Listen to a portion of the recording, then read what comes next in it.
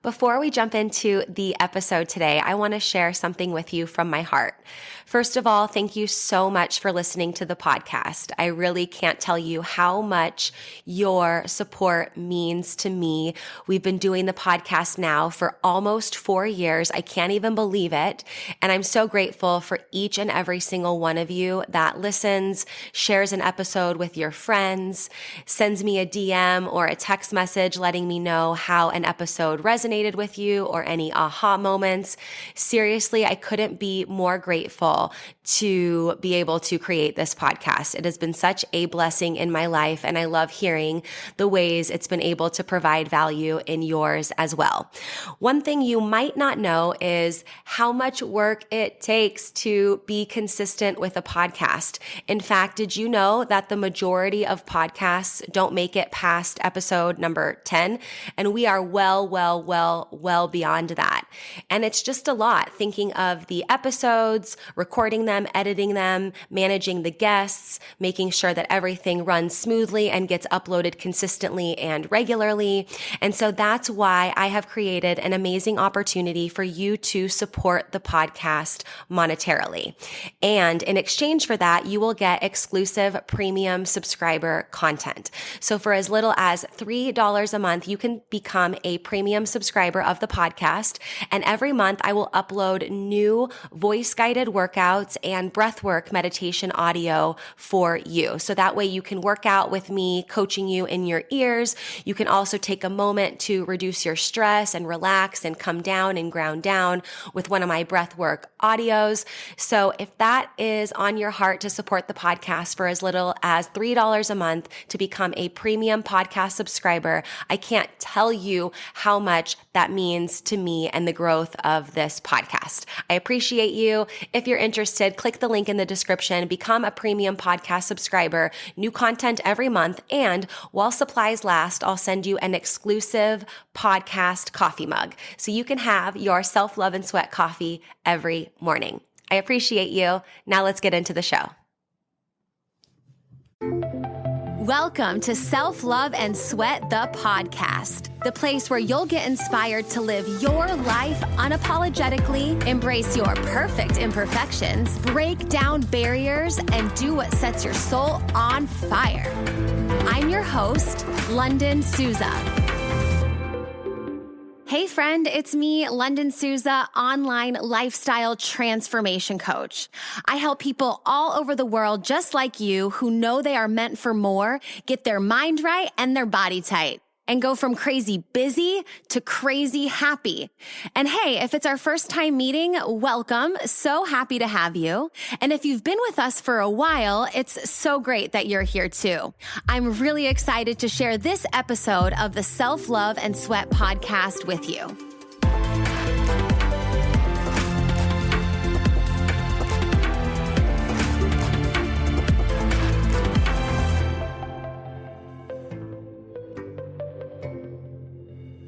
Today, we have Jessica Durbin with us, and Jessica Durbin started in finances basically when she was in the womb. She's now a financial wellness coach for people who need help creating a budget, diving into their emotions surrounding money, or figuring out where their money goes each month. She also helps people create better habits and routines around their finances, and she believes finances connect to everything.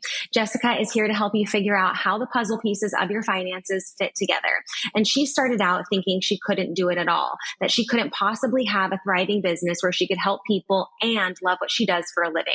But she's definitely making that happen. And she says she always is growing and learning, and she has even bigger goals now. Her motto is balance, consistency, and discipline, which leads to financial wellness, which is key to a great lifestyle. Welcome, Jessica Durbin, one of my favorite people on the planet.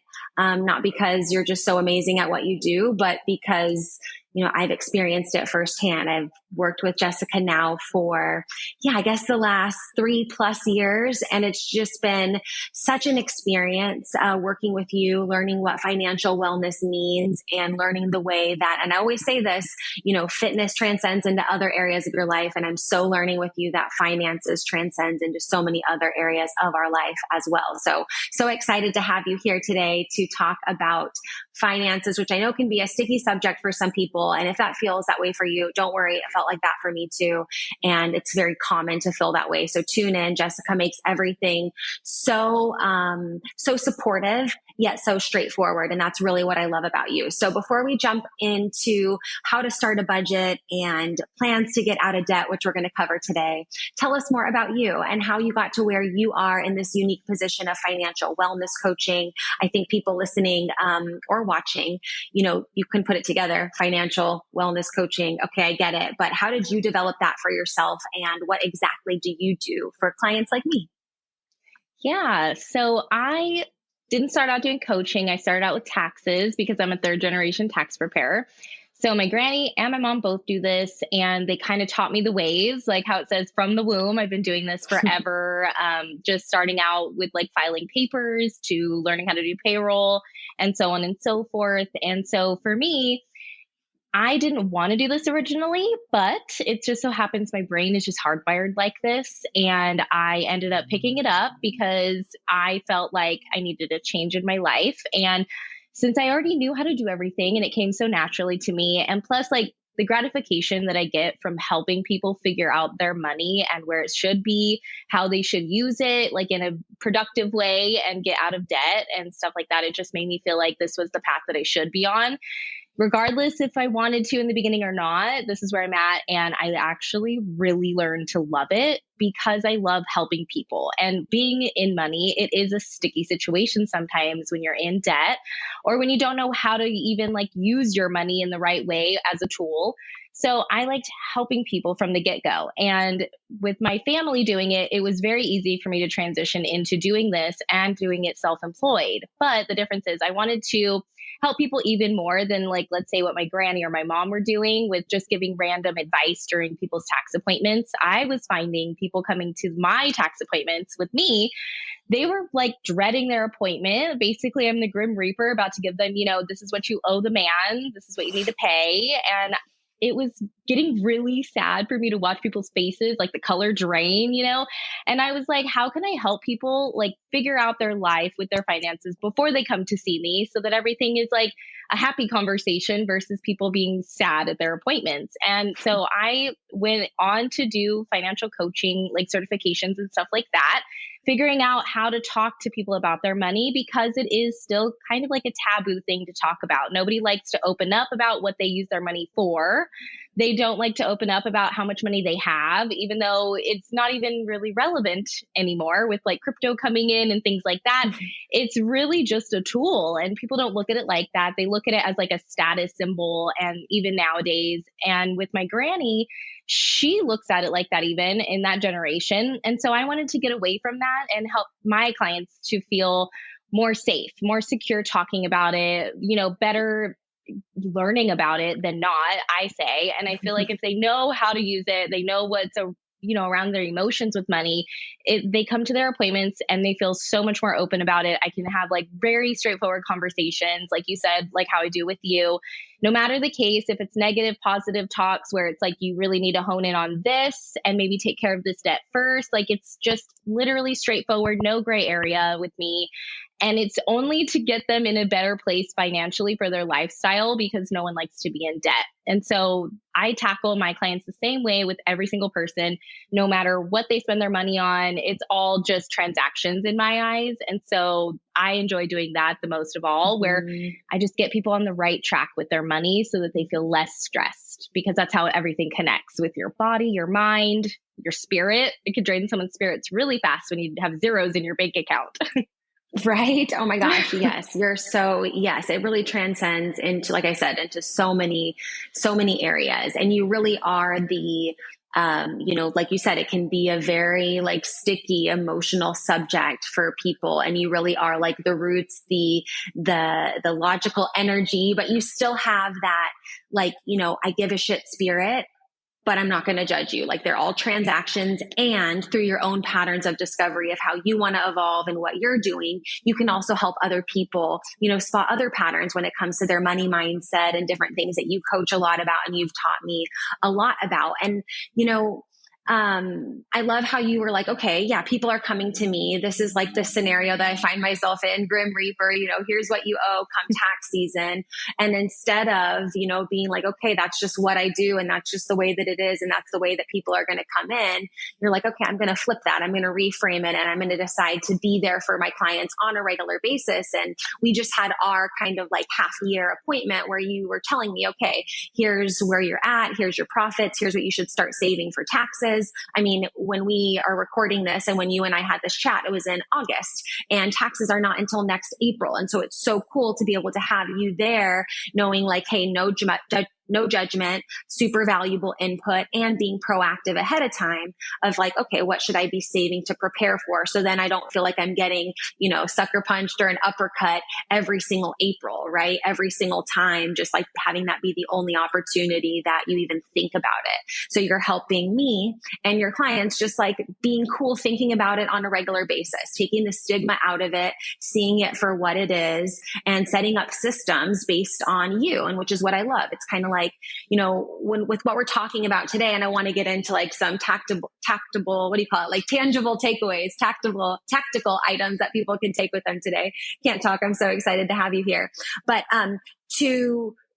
to really be able to go into this space, yeah, it takes time. It is a little sticky. It can be uncomfortable. It can feel, a little exposed. But I find that the faster you get into the flow of just kind of owning up to some of the things like I mentioned in your bio, it's like, where does my money go? Kind of what's happening. You really make it customized and you ask, and it's like, okay, in this process, in this journey of me helping you, get out of debt or budget or whatever, it's like, you get to know me. What is my life like? What do I like to do? What's going to make and help me feel fulfilled? What is, what I mean to say here is it's not just about like, okay, how can you be more and more stingy and hold on to your money and save or say no to more things or not spend your money here, not spend it. It's like, okay, let's just look and see where you're at now, and let's make a better plan so that you can have the money to do the things that are actually really important to you. And you helped me get really clear on what the important things are and what they are not, and what the needs are versus the wants. And even throughout the time of feeling very financially stressed, coming back from Austria into the States, whatever, even though there were, of course, moments where it was like, yeah, I had to say no to some things in order to save for the life that I wanted. You always worked with me in a way that I never felt deprived. It was like, okay, I can still do something that's important to me, but I maybe need to choose one important thing, not 5 this time. And so that's what I love too. And for anyone listening, it's not just cookie cutter budgeting or cookie cutter, like pay this, divide it by 4 if you want to pay it in 4 months. It's really like, okay, well, what's going to help you feel fulfilled and like you're living life and you're getting the most out of your experiences while getting out of debt, while budgeting, while doing a lot of these practices. And so, yeah, I'm very thankful for that. And you have a very good skill for that. Did you learn that? Is this something that you do with every client where you're kind of like, okay, what's important to you? What's not? Yeah, like that's super cool. I love that you do that. Yeah. So I notice patterns. It's just how my brain works. So in anything I do, not just like finances and taxes and stuff like that, like I just notice patterns really easily. Mm-hmm. And so for me, I am on I'm very professional, but I'm also very friendly with my clients, where I want them to like see me not like a friend necessarily, but I want to be there for them and be their support system when it comes to their money. And so it's really important to me that my clients know, and like people know, that it's not like you don't have to sit there sad every single day because you can't do something that you want to do. You can't go get your Starbucks, because like, let's be honest, a $5, coffee is not going to break the bank. I mean, unless you're at like negative in your bank account, I feel like go ahead and get the coffee, that's not going to be pennies going towards like a debt that you need to pay off really in the end. So like for me, I connect the dots with what my clients like to spend their money on for sure. And then I have like a sort of, I guess, come to Jesus moment, if you will, with my clients when I first meet them and like, have them as a client. And I just tell them, do you know that you're spending this much in this category? Do you know that you're spending this much in miscellaneous things, that you don't really necessarily need, but you just want to spend your money on it? Is there ties that are linked with overspending on clothing or, because when people tend to have shopping addictions and things like that, it's because they are filling a void of some sort. So shopping and receiving something makes them feel good, and it makes them feel, these different emotions that they could get somewhere else if they were, in a healthy relationship or, just the list goes on for why people do the things that they do. Mm-hmm. And for me, I like my clients to know, like, money isn't everything. But money is everything. And money, if you use it the right way, you can do anything you want. The sky is the limit. You just need to use it as a tool. So like if you have debts and stuff like that, let's pick one of those as a priority, which whatever it is in your debt, whatever you have going on. And what is more of a priority? Paying off this debt that you have, like let's say it's a credit card or something like that, or is it more of a priority to make sure that you go out and have dinner and drinks with your friends like every other night? You kind of have to like give a little bit, but also I want you to enjoy your life because you only get one life. So I personally feel like when I meet with a client on a first time basis, it is really important to figure out who they are, what they like to do, but also turn it around for them to where like they can still splurge a little bit, do some fun things, live a life, and then also just get really down to the nitty gritty and focus on their financial goals. That's one of the number one things that I ask my clients about, because if you have a goal, then it is a little bit more motivating to either save your money or use it in a different way.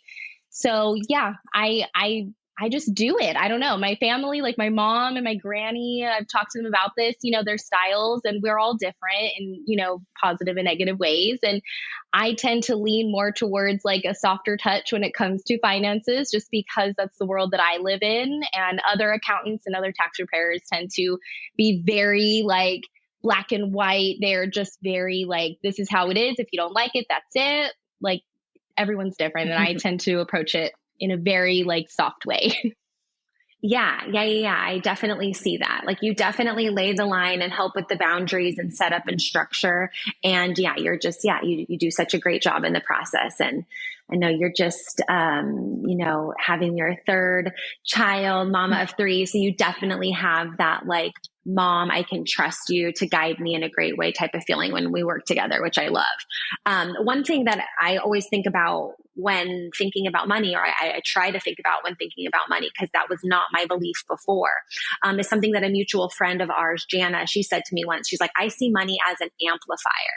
And I love that she said that. And that's like what you said, you're very good at connecting the dots of what people want to amplify, right? So sometimes it's great to have opportunities to say, yeah, money isn't everything, but it's going to amplify the things that I want to experience in life. And yeah, it's really been progress over time, just like a training plan, just like tracking your goals and your progress and things like that with finances. It really is the same. And that's why I love a lot of the kind of plans and processes and things that you have set up when it comes to budgeting, getting out of debt and things like that. So I'm just going to go straight to these questions because these are ones I definitely had from the get-go. And I know people that come to you probably have these questions all the time. So number one, so maybe we have our training plan. We know how to do our training plan, or if you're, watching this video, you're in the training plan, you have that plan, but how do we start to create a budget? Because that's going to be customized just like a training plan. So what it would be like the steps to create a budget? How do we start?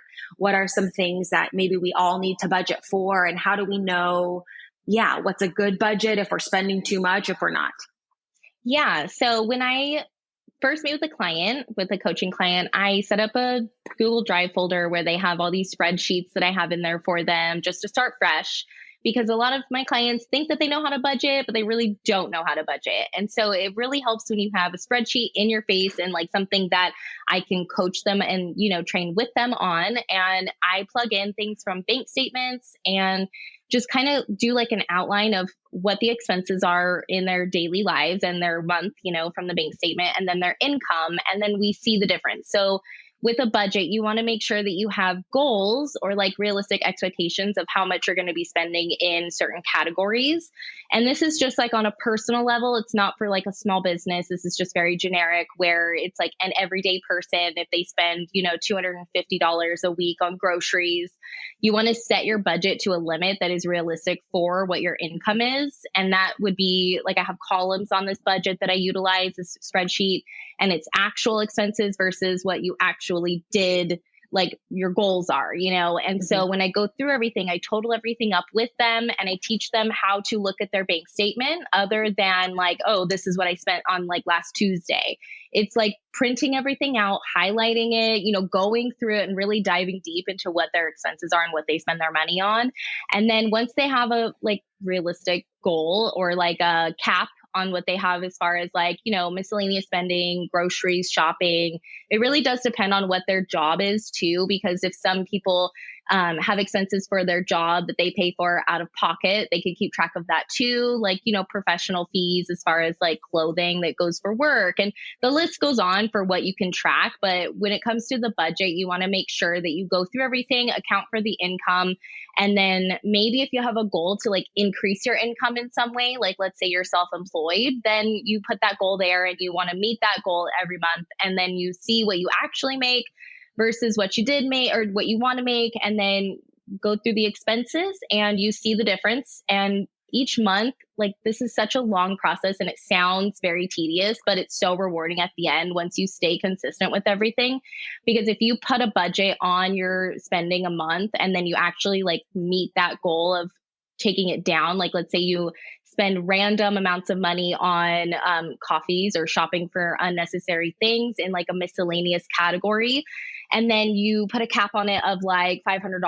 And in the beginning you were spending $1,000 and you wanted to bring it down $500. Like that's a financial goal. And so by the end, I would say the next month, you want to see a significant difference in that. Because if you're wanting to, I don't know, pay off debt or save up for like a trip or remodeling your house or something, you have a financial goal, you can put that $500 that you were spending on just not things that you needed, and you could put that into savings. And then when it comes to savings, it's really exciting. Like I get very excited talking about this stuff because you can open multiple savings accounts that are called sinking funds. And like for the average person who has a household, like say they're married with like 2 kids or something, the general like 4-person household, you want to save up money for emergencies, which I say is like $1,500 is good for an emergency fund for like a normal average family. And then like car maintenance, like what if your kid has to go to the hospital and breaks their arm? Or like what if something happens to, I don't know, like your washer and dryer or something like that. You want to make sure that you have savings for that to fix it or replace it, whatever you need to do. So it really is tailored to the person and what they have going on, which is so fun. And that's why I love what I do. Because originally I thought, like when I was being taught this stuff when I was like 15, I'm like, okay, numbers, this looks crazy to me. I don't even know why this matters. I'm 15, 16, 17, and I don't care about this. But now that I'm older, I have a family, I know how things work, like I have some life experience, it makes so much sense to like be proactive about this stuff, save your money, pay off things that are more of a priority than, I don't know, like if you have debt, maybe put more money into that than planning a trip to Disney World or something, or kill 2 birds, 1 stone and save up money for everything. And then you just figure it out based off of what their income is and what they have going on in their life. Yes. Okay. So I want to say back to you what I heard to make sure that I'm absorbing it clearly. And then those listening, maybe this helps too. So like, I love what you do with the budget because it's similar to what I do, or let's say what I used to do with customized nutrition. I don't really do customized nutrition plans or things like that anymore. But instead of me being like, oh, here's the budget, here's the meal plan. It's like, well, what are you already eating? What do okay, so here, let's take out this and sub this instead. So like you said, it's not just about you handing a cookie cutter budget. Mm-hmm. It's about looking and categorizing, noticing patterns, right? Okay, what's food when you're going out? What's, these things, and being like, okay, in my miscellaneous category of things, I'm hitting about consistently about $1,000 a month. If I want to save, how can I get that to be, a little manipulating the numbers, manipulating, macros or whatever is what you would talk about in nutrition, but it's like manipulating the numbers in your own lifestyle and creating that budget accordingly. And that takes consistency and persistence, just like a training plan does, to see where you are and progressively get stronger. And now over time, it's been great because I get to see from you, like, okay, what am I normally spending? What are average spends on food? And I can ask myself, okay, am I going on a smorgasbord and doing things, or am I really being like super on point? Like I couldn't spend any more or less, feeling good. Yeah, cool. And being able to move through some of those categories. But let's just say like basic.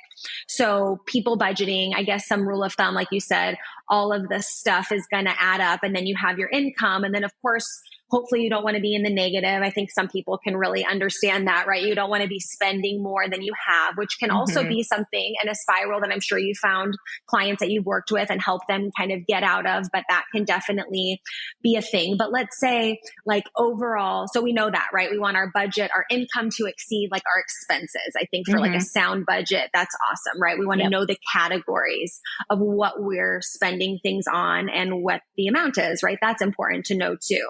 But also, is there like a rule of thumb? Like, let's say someone makes X amount a month. And let's say if they're like, for lack of better terms, like on a budget or just trying to be fiscally responsible. And let's say if they're a single person, or maybe you have some numbers for family, but like, me and what I spend on food is very different than like what a family does. Is there like a percentage of income that's ideal for maybe some ideal common categories? Does that make sense? Like don't spend more than this on your house payment or this on groceries per week. Like what's some maybe like quick takeaways that we can think about right now with the budget we currently have? Yeah. So there is like the standard 50, 20, 30% rule where you could do 50% on your bills, your essential things, and then 20% would go into savings, and then 30% would be anything else miscellaneous that you wanted to spend it on for like fun, entertainment, stuff like that. Me personally, I do not follow this rule just because, like I said previously, everyone's different. Everyone's life is different. It really depends on the person and their financial goals. So like for me personally, I do not spend 30% on like fun stuff to do every month because like I have kids and I have scheduling and things like that. So like we have fun for sure, but it's very like scheduled fun, I guess. That sounds really weird, but we end up like going hard throughout like the school year. And then for example, for holidays, we'll go on a trip or we'll go to like Disneyland at the end of the year. We are huge Disneyland fans, Disney fans. So we plan things out so that we are like consistently saving our money and we are doing the things that we need to do on a daily basis. But then we have our financial goals to where the fun happens like during summer or it happens over winter break or things like that. And we end up like spending all of our time with the kids because the kids have their like ballet and soccer and all their scheduling stuff. And so for us on a monthly basis, it's more important for us to save our money versus like going out every single day for dinner or like every weekend going on a trip. Like we kind of like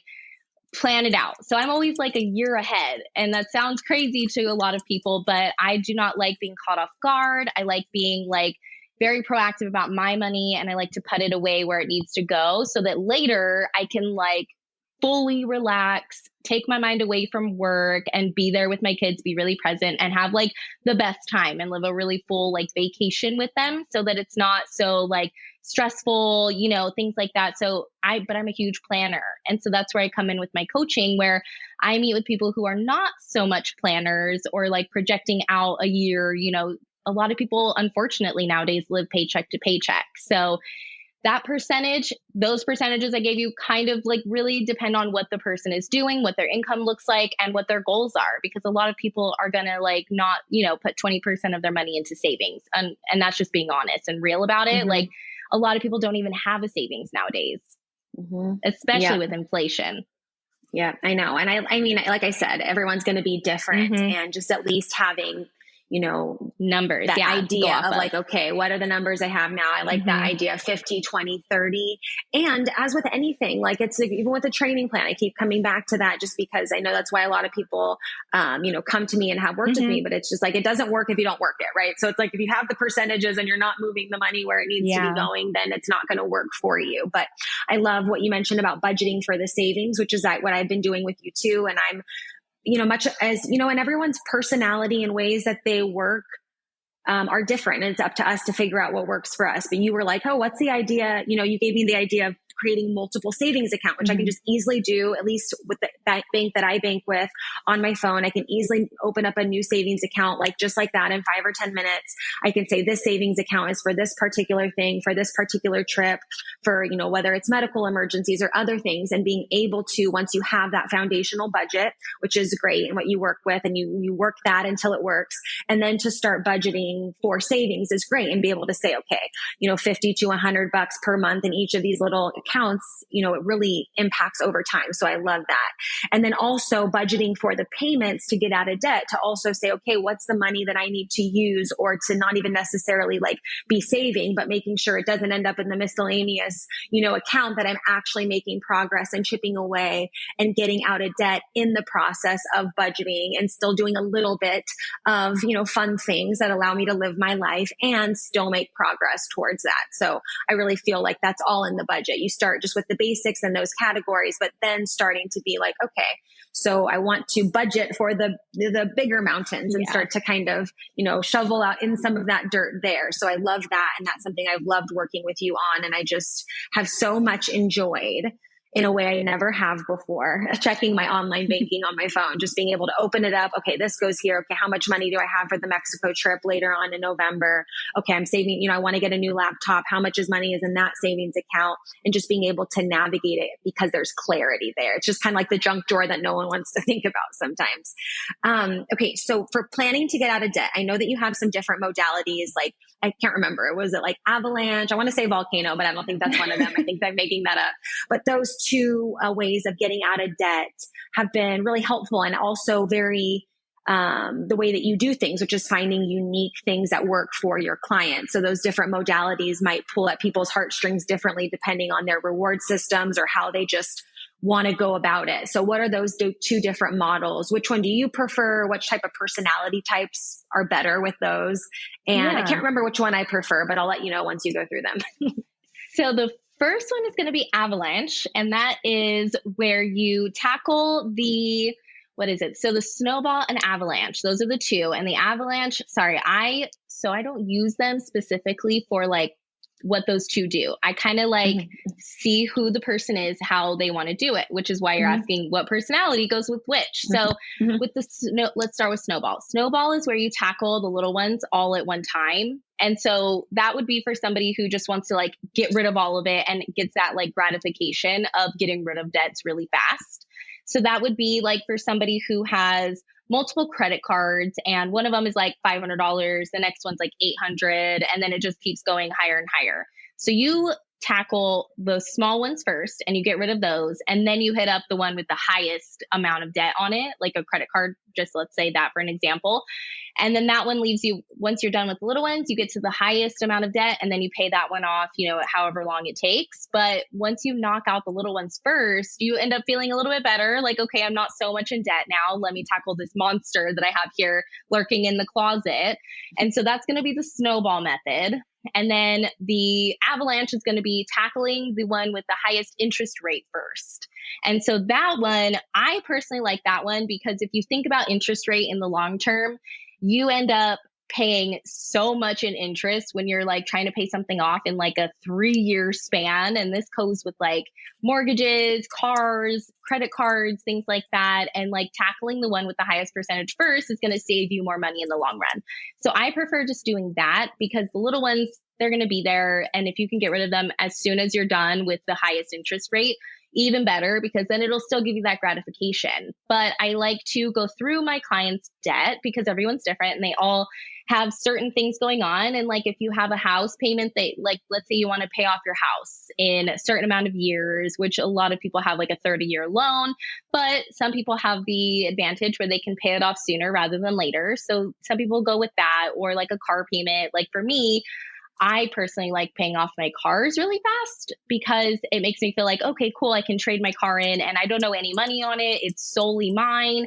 And so I always pay more than the minimum payment on everything anyway, because that's going to boost your credit score too. So like if I want to pay off my car and then trade it in at the end, once I'm done paying it off, my credit score is going to be great. My car will be paid off, so I can trade it in full and get like my dream car, let's say, in the next couple of years. And so that's why it's really important for me to get on on a daily basis in the beginning, but really get on the same track and the same page with my clients so that I know what they really want to do with their money. And then that way I can kind of tailor their debt plan, their savings plan to what their financial goals are, and then help them. Because like with debt or anything like that, it's going to take a while unless you get some sort of like lump sum of money. You're going to have to put your money in different categories, different spending accounts in the meantime, so that you're being responsible with your money and paying it off. Because later, once your debt's paid off, the sky's the limit for whatever you could do with your savings, and then that money that you were paying towards your debts could go into a different pot somewhere else for like a trip in the future, and so I really customize things to my clients in that way.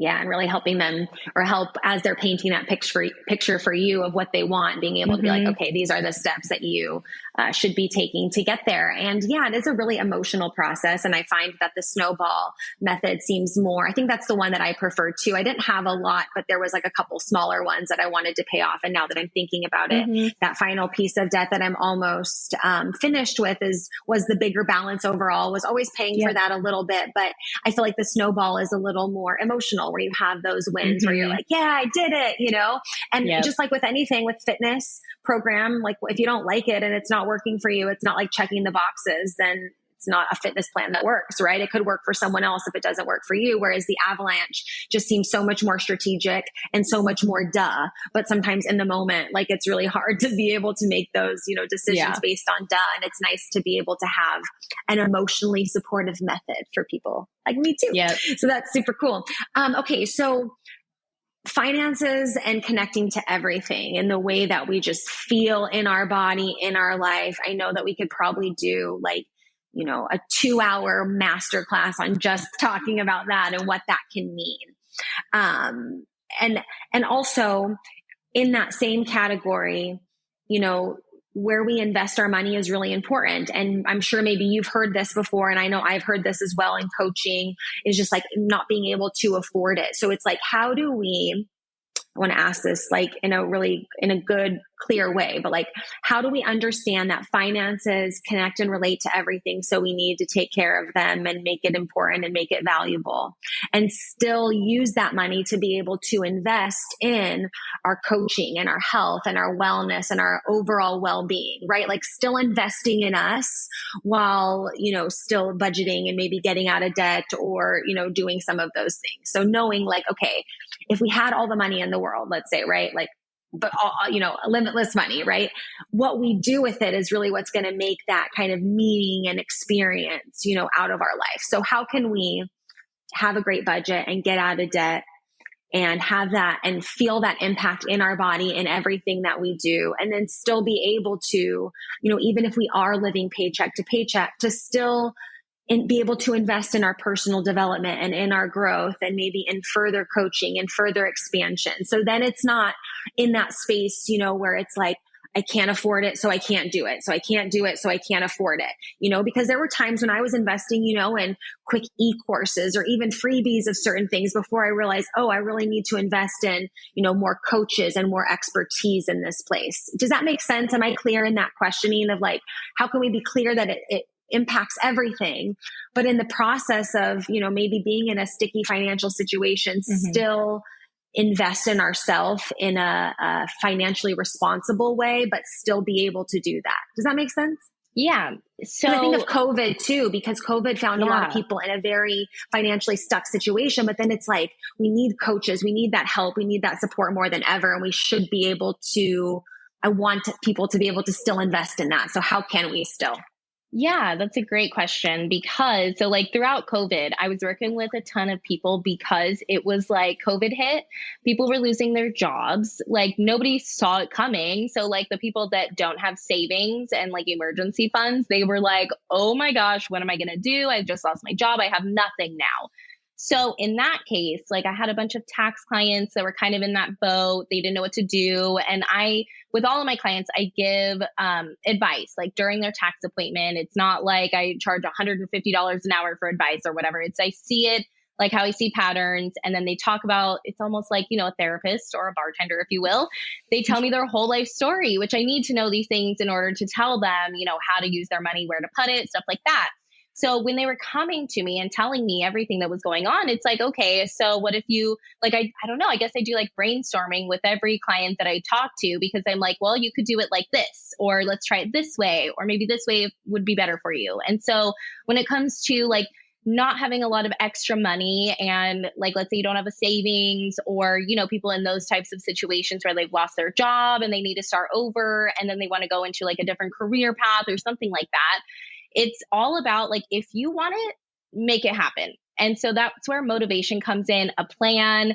Like even so, like when you want to start a plan and you want to meet up with a coach, there's always the option of like being resourceful, maybe bartering, talking to somebody who seeing if somebody else knows somebody else down the line. And I know that during COVID and even still now, because we're feeling the effects of it still, there are people out there that will give you stuff at a discounted price. So negotiations even. So like if you wanted to sign up for a coaching course to become a coach of some sort, like let's just say lifestyle coach, right? Like you want to sign up for a course, do some professional development, but the course ends up being, like $800 or something like that you don't have.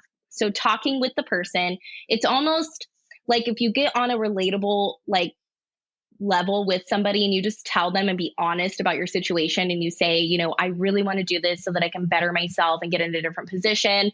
Can we do payments? Can we do, a bartering system? Like what can I offer you in exchange for this course? Or, there are so many different ways of negotiating things. And then if you have something to bring to the table, even better. But in the instance that they say no, and they're just like, nope, we can't barter with you or anything like that. That's when your budget comes into play. And that's when it is unfortunate where you have to wait and you have to save your money and you have to plan it out. And like, if you lost your job, there's always, well, in California, at least there's unemployment people can go on, or, there are different things like being, like I said before, resourceful and figuring out like a side hustle of some sort. Like if you're good at, I don't know, making bracelets, make some bracelets, sell them on Etsy, go to vendor fairs. Like you really just have to get super strategic with what you're doing in order to get what you want. Because if you're motivated, if you have goals, if you want to better yourself, you will in the end, because you just are going to make it happen. And so if you need support, there are people like for me, I was doing like offers where it's like, let's meet and talk for an hour for free, no charge. Let me help you brainstorm, get yourself out there, figure out what the plan is. And then like with my tax clients, they can call me all year long and ask me, certain questions, advice, stuff like that. And I try to get them on the right path, but it's all about sticking with stuff, being consistent, having the balance of, income versus expenses. And if your income is like zero, then you got to get yourself out there and figure out a side hustle so that you can make some money so that you can better yourself and get in a better position. Yep. I love that. I love that. I'm like taking notes as you're talking too. And I love that the word resourceful came up because that came up in one of my one-on-one client coaching calls the other day where she was just talking about like without giving away too much of the story because it's not necessary, but the word resourceful came up because she was in a space where she was just kind of like realized she was in a pool of being sick of a certain situation. And she's like, no, I'm resourceful. Like I'm going to figure it out. And in the midst of that frustration, she still was reminded of that resourcefulness. And so I love that because we can always, my dad would say, find a way, London, find a way, and we can always find a way there. And I'm just, reminded of resourceful situations that I think would be valuable to share. I remember one time, in kind of both sides of the coin. So I remember one time when I was living in Austria, working with a client one-on-one, and she had mentioned to me, she's like, yeah, I want to change our times that we work together because I'm going to get a new nannying position. So that way I can make extra income to continue to pay for our sessions together. So if we switch, blah, blah, blah. I was like, perfect. Love that resourcefulness. I did that too myself, because when I moved from Austria to come to America, I was leaving all the consistent income from Adidas, Runtastic, all those partnerships and everything. And I remember I was wanting to continue to work from anywhere. I had my values of wanting to continue to work, from my computer, be online. But then I also was like, okay, I want to go to this meditation retreat. I want to be able to dive deeper into learning about some things that are going to cost some money. So I also nannied, and I worked for a family in our hometown where Jessica and I are from. We didn't mention that at the beginning, but we're from the same hometown. Met each other and became friends and close later, but I nannied for them because I was like, okay, yeah, I want to go to this retreat. It's going to cost like $3,000 or $4,000 of extra money. Like sometimes we just don't have. It's just like, it's not there yet. And so I was like, okay, find a way. What can I do? How can I be resourceful to create this extra income to go and invest in this meditation retreat, which is so invaluable looking back to my personal development, how I developed as a coach, how I developed my business online, all those different types of things. So being resourceful there.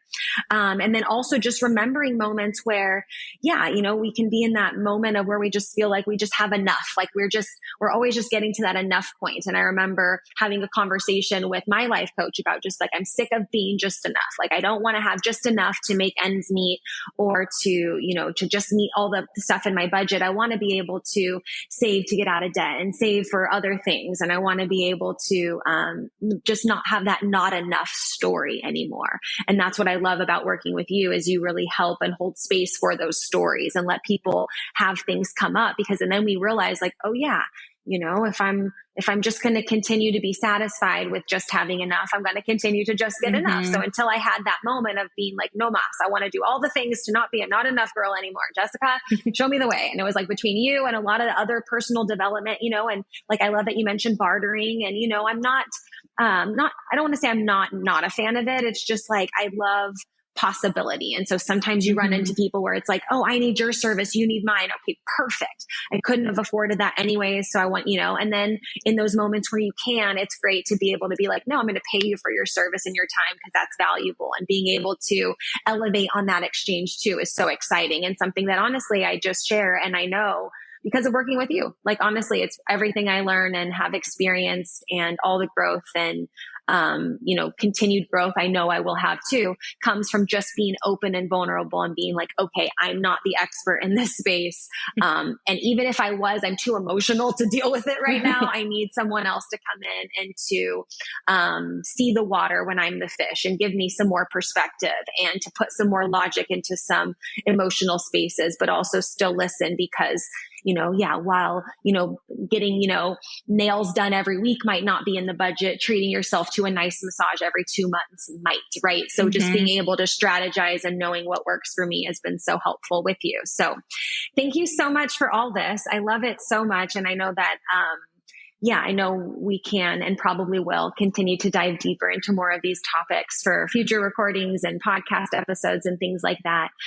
You do have some really awesome, I want you to let people know how they can connect with you, your website, social media and stuff too. And then I know you have some awesome resources when it comes to savings and budgeting, like PDFs and things that we can have links to. So everything I'll link in the description, but maybe you can just mention that too. So people can get excited about it.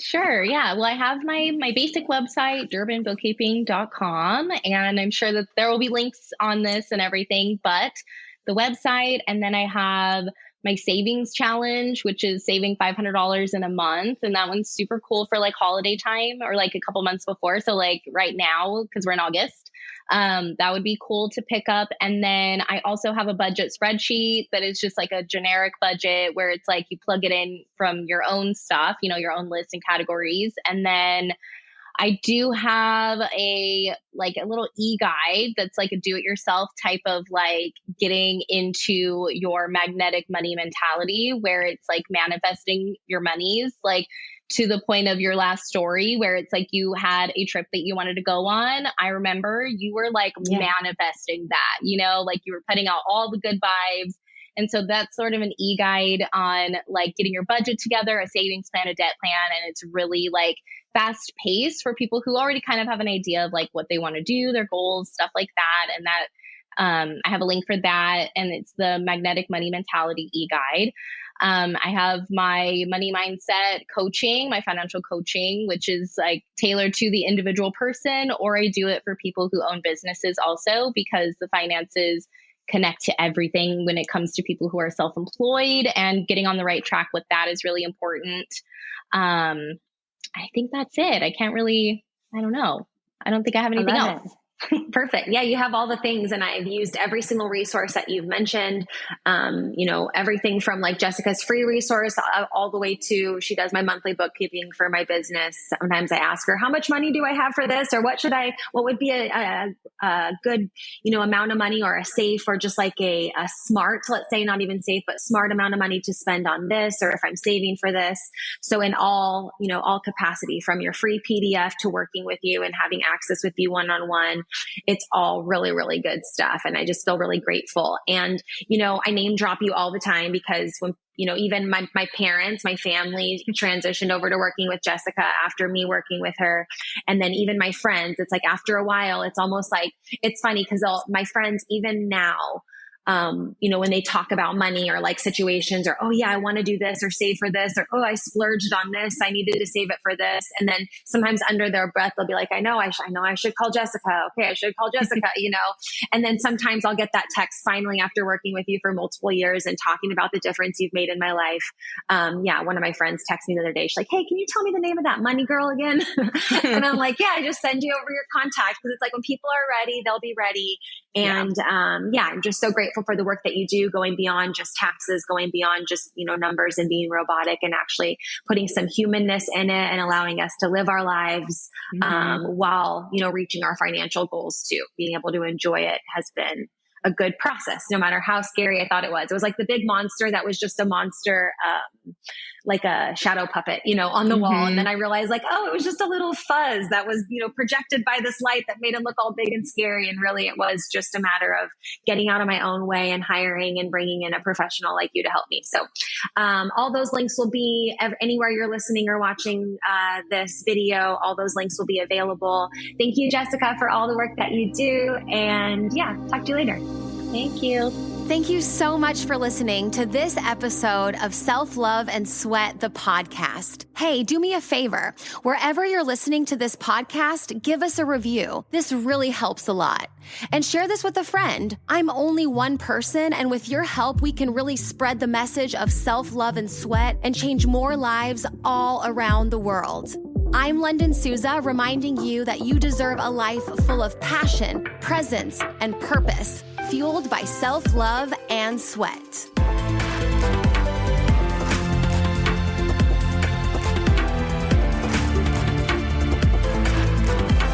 This podcast is a Hit Spot Austria production.